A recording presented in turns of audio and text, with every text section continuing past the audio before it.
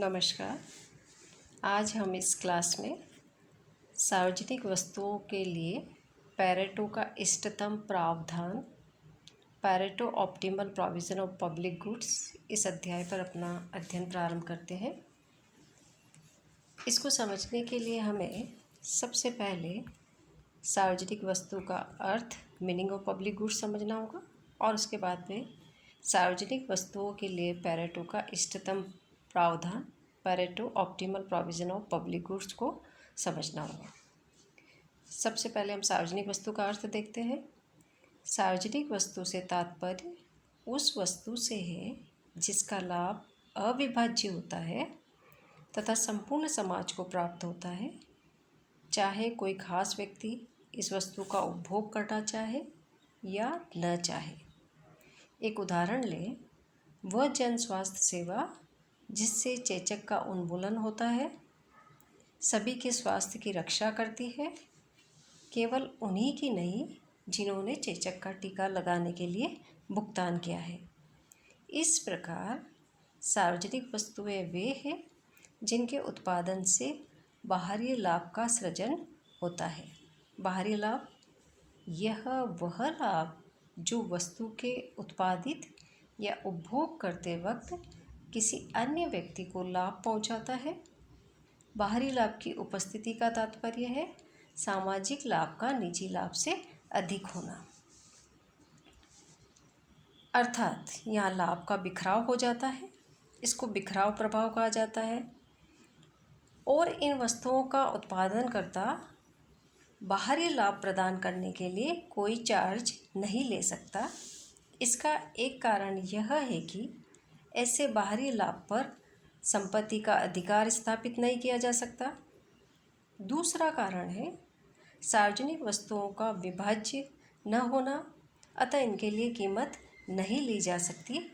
परिणाम यह होता है कि उन व्यक्तियों को भी इन वस्तुओं के उपभोग से वंचित नहीं किया जा सकता जो कीमत का भुगतान नहीं करते हैं।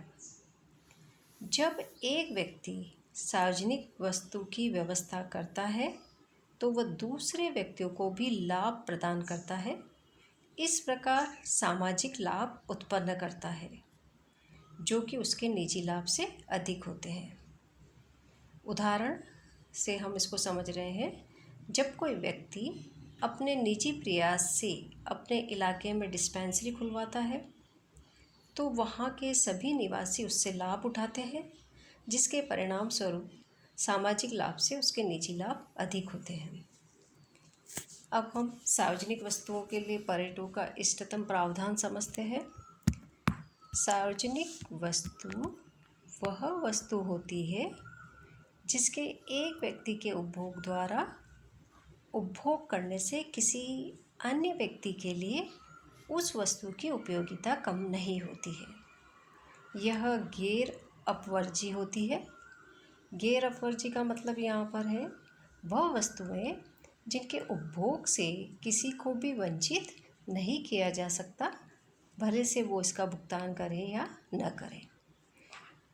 क्योंकि इसका उपभोग कोई भी कर सकता है, यह उन व्यक्तियों तक सीमित नहीं रह सकती जिन्होंने उनका भुगतान किया है। सार्वजनिक वस्तु गैर प्रतिद्वंदी है। गैर प्रतिद्वंदी वस्तुएं वह वस्तुएं जिसमें से एक इकाई का व्यक्ति द्वारा उपभोग करते समय अन्य द्वारा भी उपभोग में लाई जा सकती है, जैसे पार्क, क्योंकि इसके उपभोग पर किसी एक के पास विशेषाधिकार नहीं होते। इसके लाभ एक अतिरिक्त उपभोक्ता को शून्य सीमांत लागत पर प्राप्त हो सकते हैं। सार्वजनिक वस्तु के लिए पैरेटो की शर्त यह है कि इसके सीमांत सामाजिक लाभ इसके सीमांत सामाजिक लागत के बराबर होने चाहिए, अर्थात marginal social benefit equal to marginal social cost. परंतु सार्वजनिक वस्तु की विशेषता यह है कि एक पूर्ण प्रतिस्पर्धात्मक बाजार में अर्थव्यवस्था पैरेटो के अनुकूलतम बिंदु पर नहीं पहुंच सकती। सार्वजनिक वस्तुएं बाहरीताएं उत्पन्न करती है, बाध्यताएं तब शुरू होती है जब सार्वजनिक वस्तु की एक अतिरिक्त इकाई के उपभोग या उत्पादन की सीमांत लागत शून्य हो, परंतु शून्य से ऊपर कीमत ली जाएगी। यह परेटो कल्याण अधिकतम कसौटी, जो कि सीमांत सामाजिक लागत और सीमांत सामाजिक लाभ को बराबर मानता है, का उल्लंघन करता है, क्योंकि सार्वजनिक वस्तु के लाभों को शून्य सीमांत सामाजिक लागत पर देना जरूरी है। माना कि नगर निगम पानी की पूर्ति कर रहा है। यहाँ पर दो व्यक्ति, ए व्यक्ति और बी है, जो इसे काम में ले रहे हैं। दोनों पानी की बराबर मात्रा का उपभोग कर रहे हैं, परंतु दोनों में अंतर यह है कि एक दी हुई पानी की मात्रा के लिए वे कितना भुगतान करने को तैयार है। इस स्थिति को हम एक डायग्राम से समझते हैं।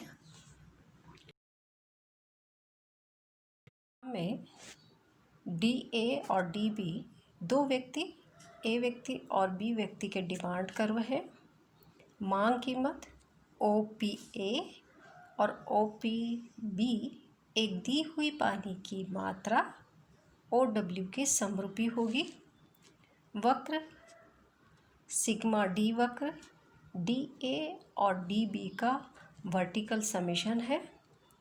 सार्वजनिक वस्तु के लिए लिंडल संतुलन वहाँ विद्यमान होगा जहाँ व्यक्तिगत कीमतों के जोड़ सीमांत लागत के बराबर होंगे, अर्थात OP इक्वल टू MC/W।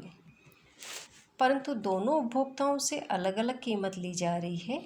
यह कीमत विभेदीकरण की अवस्था होती है, क्योंकि पानी की समान मात्रा OW पर कीमत OPA कीमत OPB से ज़्यादा है, इसलिए यहाँ पर बाज़ार विफलता है।